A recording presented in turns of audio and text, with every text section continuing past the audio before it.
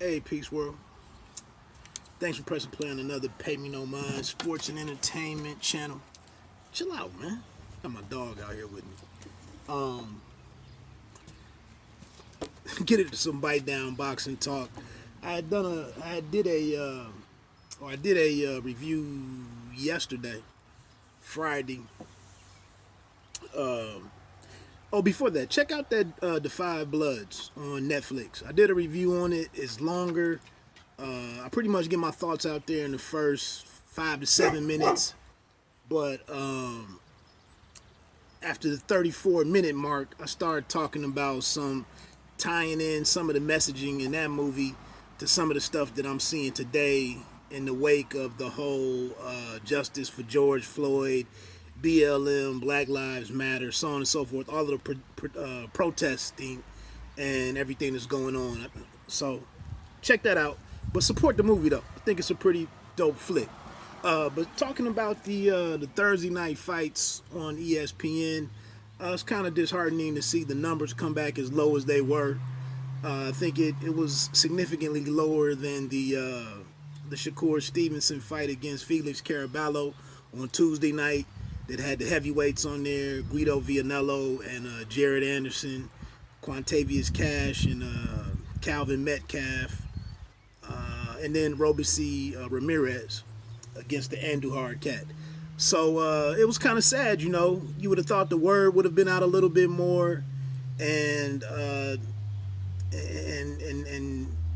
because I saw people talking about they weren't aware of the Tuesday night fight.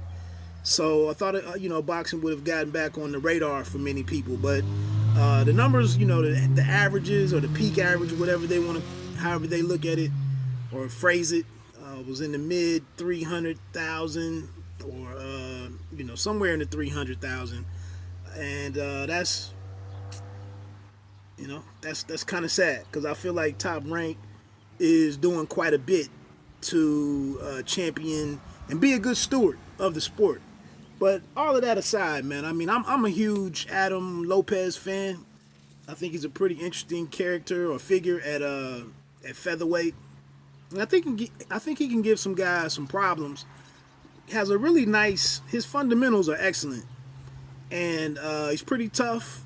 I like his attitude. I love his attitude, and he came into this fight against Louie Coria, looking to build on the capitalize on the momentum that he gained in a loss to Oscar Valdez, who has relinquished a featherweight belt to go up to 130 and possibly face Miguel Burchelt once boxing, crowds are allowed back in boxing. So he gets the victory against Louie Coria, kind of has the hold on a little bit. I don't know if I would attribute some of this, the unsteady performance, the up and down performance. I don't know if I would attribute that to ring rust. I don't know how long his camp was, how the different types of sparring partners he's able to get in, how many weeks was he working, going back to early March and mid March. At least March through through mid-May, through mid-April and whatnot. How was he maintaining his fitness on his own? What kind of work was he doing on his own? But it was kind of startling. It was eye-catching to see the flush shots that he was catching in the first and second round, and maybe even early in the third round. And I'm just saying, like, he was getting caught with really good shots, and you just wonder, Mayweather is a guy who constantly reminds fighters about avoiding taking unnecessary punishment. Andre Ward is another guy who speaks often about taking unnecessary punishment. And I don't know if Coria's effort caught them off guard. But what was it, like 46 power shots in the first? I don't know if I can't remember. My notes are downstairs, but you see it. I'm seeing him on the screen eating big shots in the first and second round. and not having his hands up. Head movement kind of wasn't there just yet. His feet really hadn't his body moving. He just really wasn't that sharp. And Coria was super effective. He was also super accurate. Obviously, Lopez gets it going. Coria became less accurate, less active, and Lopez started getting his footwork together. His movement was good. Working the jab, he has a beautiful jab game, and really started neutralizing a lot of stuff that Coria was doing. But the interesting thing after the fight, he goes to hold on and gets the majority decision.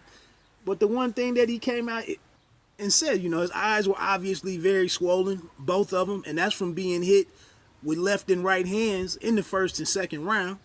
Uppercut came in there, two something in the mid rounds. But the one thing that he said was, maybe I got exposed tonight.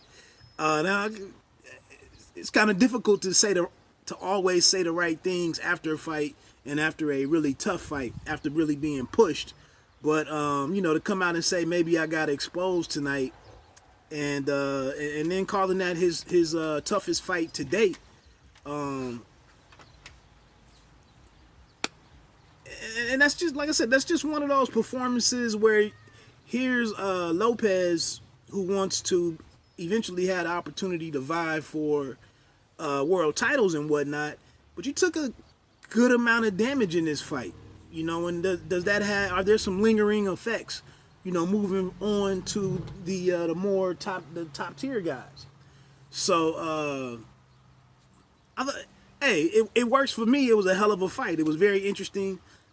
I was hopeful that the viewership would have been a lot better. It was interesting. We complain about these guys and think that a lot of people are asleep at the wheel, but I thought it was very thoughtful that Top Rank acknowledged the somewhat disappointing numbers from Tuesday night, and said, hey, let's put this co-main event up at the front of the card. They knew they had the two 4-rounders in there before the main event. And then Vicente comes in and stinks up the joint with the fouls and all of that type of stuff. And then the knockdown, which I'm very shocked that they even let that fight go on, to see a man get knocked out, was on the mat not moving. I was kind of shocked. And initially I was pretty hard on Bird, the referee. Adelaide is ringside, but he did get a good hand on Vicente and said no, and the guy was determined to let that shot go, and probably deserved to be stopped right there. But that's about it, man. I did a little write-up on the Adam Lopez out there on BiteDownBoxing.com. I have a new It's Always Personal podcast up on Spotify and Google Podcasts, dealing with some social issues and whatnot. And that's about it, man. Check out that the Five Bloods by Spike Lee. And I'm out of here, man. Bite Down Boxing, don't let them count you out. Pay me no mind, sports and entertainment. You don't have to be great to start, but you have to start to be great. Tuesday night, ESPN.